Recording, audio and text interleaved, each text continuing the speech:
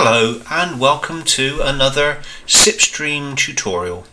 Today we're simply going to look at a very simple feature called hunt groups. So I'm going to log in first of all, and what I will do is first of all create a new hunt group.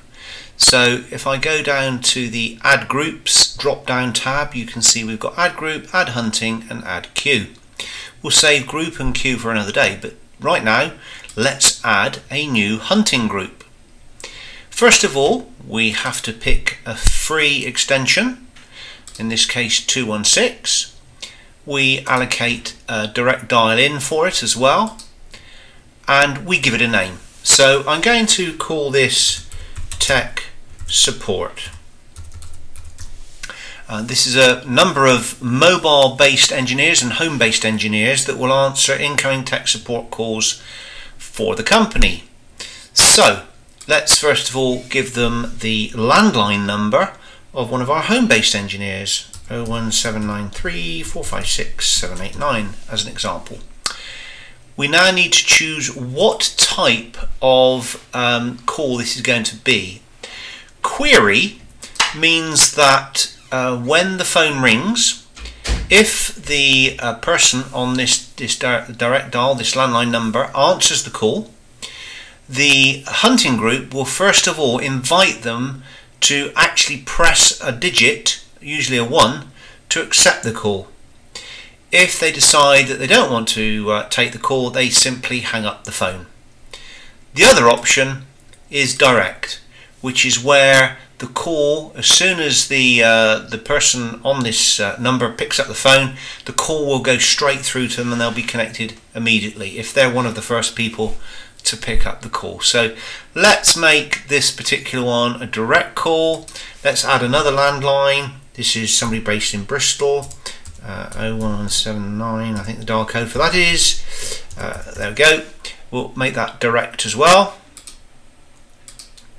And this time we'll add a third person in our little group of tech support engineers, and this one's going to be a mobile, 07754 342 908. This time we'll make it a query. This is more useful when it comes to mobile phones because you can't always take a call straight away and you don't want it to go to voicemail. So nearly always, if you have a mobile phone in your hunt group, you would select query. Now we can keep adding as many lines as we want, and it will mean that any calls directed at this DDI and this extension number will simultaneously ring all these phones until it finds somebody willing to answer it. But of course nothing's implemented until we hit the next button. And once we do that, it now opens up a number of other options for us. Now you can have the introduction switched off. You can have the standard introduction, which simply says we are trying to locate the person you are calling. But you can also upload your own custom message that you've recorded. When the caller is in your hunt group and phones are ringing, you can have just a ringing sound heard by the caller, or you can have music, and the music that they will hear is whatever you have uploaded for your on hold music. So if it's music, that's fine, but you may equally have uploaded some advertising messages. And then introduce the caller. Where it is a query, the standard message is you have a call for extension 216. Press 1 to accept, 2 to decline. In the same way as you could have a custom message for the introduction, you can also upload a custom message for the introduction of the caller. And much as with extensions and other groups, you have call forwarding options for situations where nobody answers any of the hunt group numbers. So you can have it go to voicemail, for example, on no answer. You also have forward always, so if all three of these people are on holiday, you can forward always to a new single PSTN number in here. You can also have time of day routing. So you could say, I want this hunting group to be active outside of working hours, for example, and I want these to go to a certain number. As a good example, and we will add that. So outside of working hours, instead of calling these three numbers simultaneously, it will go only to this number. And again, if you've got an email address that you'd like notifications sent to, that there are messages waiting for the hunt group, this is where you would put it. You can have more than one DDI, of course, so you can have multiples there.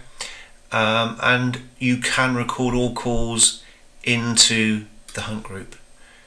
Hit the next button, and that will then set the options. However, you'll notice here, and this is probably a good idea for you to see, it's told us first of all that there is no PIN number set, and you only ever need to use a PIN number if you intend on collecting the voicemail remotely rather than having it delivered to the phone or to an email address. In this case, I'm going to select an email address, and the other error message we have was that the call forward PSTN number is empty, and that's because I selected that box but I didn't put anything in here. So I'm going to switch that off, and this time if I hit the next button, it should accept our changes.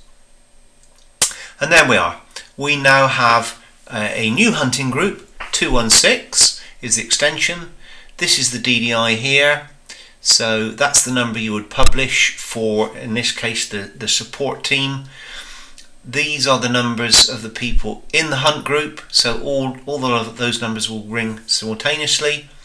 At the moment you can see that we don't have any uploaded voice files for custom caller introduction or hunting introduction, but I can, by clicking the upward facing arrow, I can now choose a file from my desktop and upload it.